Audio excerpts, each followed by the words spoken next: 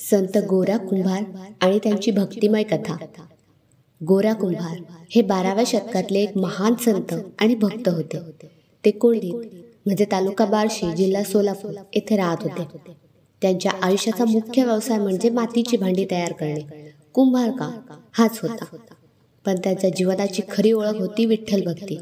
ते रात्र दिवस विठ्ठल विठ्ठल म्हणत भजन नामस्मरण करत. त्यांच्या भक्तीचा प्रभाव असा की भांडी करतानाही ते विठोबाच्या नामात गुंग असत. शरीर काम करत असे पण मन मात्र सदैव पंढरपूरच्या विठोबाच्या चरणाशी जोडलेले असे.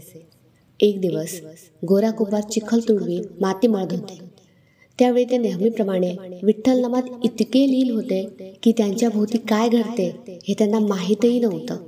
त्याच वेळी त्यांचा लहान मुलगा खेळता खेळता त्या चिखलात आला. विठ्ठल नामाच्या समाधीमध्ये असलेले गोरा कुंभार त्याच्या उपस्थितीची जाणीव न होता तुडवताना त्याच्यावर पाय ठेवतात. निर्दैवाने त्या निष्पाप बाळाचा मृत्यू होतो. जेव्हा त्यांच्या पत्नीने हे पाहिले तेव्हा ती हंबरडा फोडते आणि रडत रडत संतांना ओरडते, इतकं नामस्मरण मोठं की तुम्हाला तुमच्या मुलाचाही आधार राहिला नाही. तेव्हा गोरा कुंभार अत्यंत शांतपणे म्हणाले, हे सर्व देहाशी संबंधित आहे. देह आला तसं जाणारच.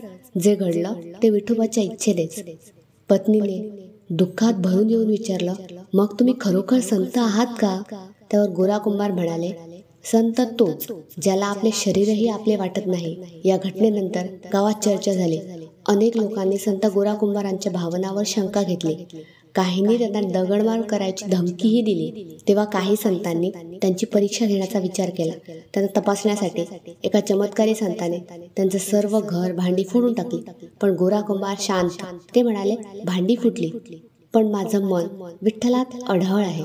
ही गोष्ट ऐकून सर्व लोक नतमस्तक झाले. विठोबाला गोरा कुंभारांची अढळ भक्ती पाहून दया आली. एके दिवशी चमत्कार घडतो. त्यांचा मृत मुलगा पुन्हा जिवंत होतो. ही घटना पाहून गावकऱ्यांनी गोरा कुंभारांना संत म्हणून मान दिला.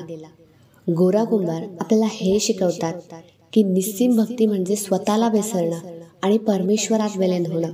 संतपण म्हणजे देहभाव, अहंकार, मोह यांना पार करणं. सत्य भक्तीसमोर ईश्वरही झुकतो.